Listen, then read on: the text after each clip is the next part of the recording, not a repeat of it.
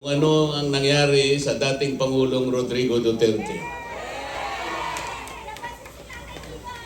Ang ating pong dating Pangulo, Rodrigo Duterte, ay bigla na lang nilang tinupot at dinala sa malayong bansa.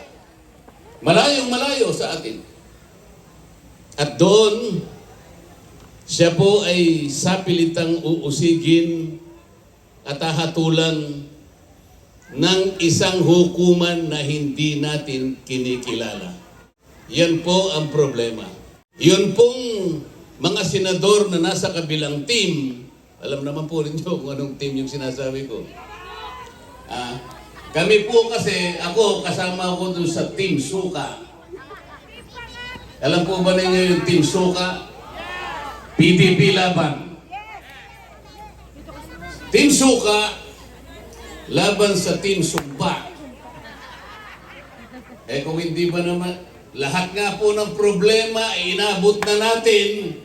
Pagkatapos maglalakas pa sila ng loob na lalapit na muli sa inyo sa kabila ng maraming panahong ginugol nila, pabalik-balik sila sa Senado. Bakit ganito pa rin? Sa bawat tanong ko sa inyo kanina, ang sagot nyo ay puro hindi. Magtatanong muna po ako sa inyo, napakamura po ba ng bilihin ngayon? Ulitin ko po napakamura po ba ng bilihin ngayon? Napakamura po ba ng bigas ngayon? O baka naman po yung gamot medyo bumura naman. O yung ospital po, baka naman yun ay murang-mura sa atin. Yung kuryente po. Hindi po bang mura ang kuryente dito sa Malabon?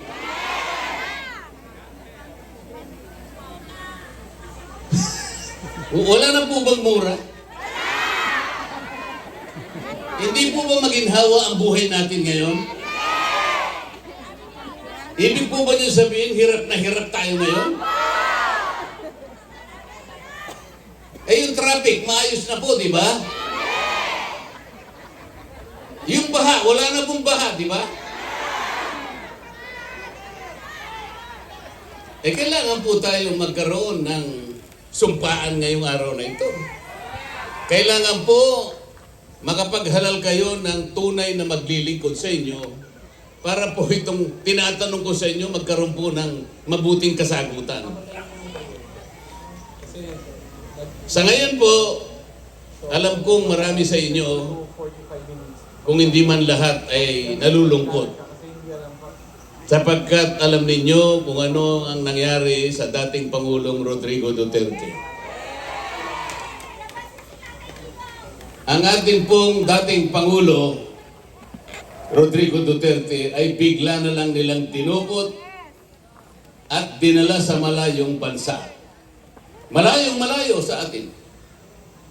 At doon, siya po ay sapilitang uusigin at hahatulan ng isang hukuman na hindi natin kinikilala.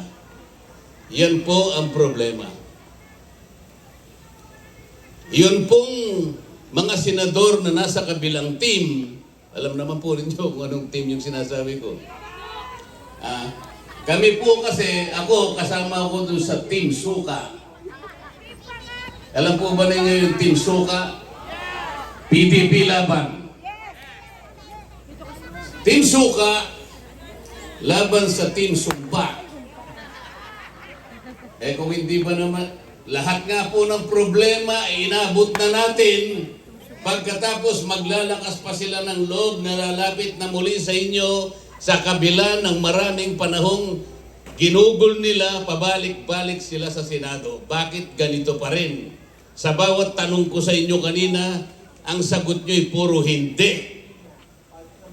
O talaga pong ganyan ang problema. Yung Team Sumpa, kahit kailan, ay hindi na nila magagamot ang problemang sinasabi natin sa inyo. Bakit? Sila po ay may kinalaman din sa pag-i-impeach sa Vice President. Gusto po nilang tanggalin ang ating Vice presidente. Gusto nyo bang matanggal ang vice president? Ang vice president po natin ay inihalal ng mahigit 32 milyong Pilipino. Yung pagkakahalal niyang yon ay kayo po ang nagbigay ng kapangyarihan. Bakit ngayon bigla na lamang nilang tatanggalin nang hindi man lang kayo kinonsulta? Kayo po ang naghalal sa kanya. Ngayon po, yung inyong mga representatives sa Kongreso, hindi man lang nila kayo kinausap, hindi man lang nila kayo tinanong kung yung gagawin nila na pagtatanggal sa kanya ay meron kayong pagsangayon. Kayo po bilang mamamayan ng ating bansa, kayo ang merong tunay na boses sa mga bagay na ganyan. Hindi po pwedeng basta na lang siyang gagawa ng ganun nang wala kayong kinalaman. Hindi po. Kailangan malaman po rin ito. Ngayon po, naghihintay na lang sila ng panahon na kapag sila, yung team na yon, yung kabila, kapag sila po ay nanalo, tsak na tsak, maniwala po kayo sa akin, pag sila ay nanalo at nakakuha ng maraming bilang sa kanilang panig, tanggal ang Vice President. Paano natin mapipigilan yan? Iboto po ninyo, PDP laban. Sigurado, pipigilan po natin yan. Pipigilan natin yan. At pagkatapos po, ang gagawin ng PDP laban, kailangang maibalik si Pangulong Digong dito sa ating bansa sa lalong madaling panahon.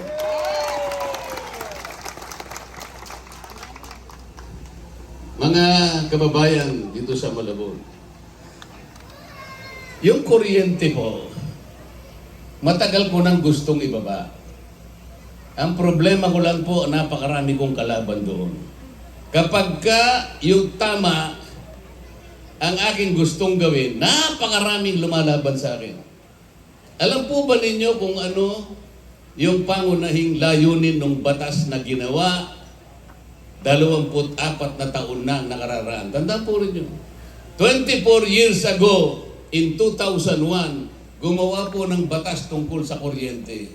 Ano po yung layunin, ang pinakaunang layunin ng batas na yon? Kailangan maidulot ang serbisyo ng kuryente sa bawat pamilyang Pilipino sa murang halaga. Yun po yung nakasulat. Letra por letra nakasulat po, sa murang halaga. Kaya tinatanong ko po sa inyo kanina, mura po ba ang kuryente dito sa Malabon? Bakit po baligtad ang nangyari? Yung layunin ng batas pagkatapos ng 24 na taon, kabaligtaran ang nangyari. Sa ngayon po, ang singil ng kuryente sa ating bansa ang pinakamataas sa buong Asia.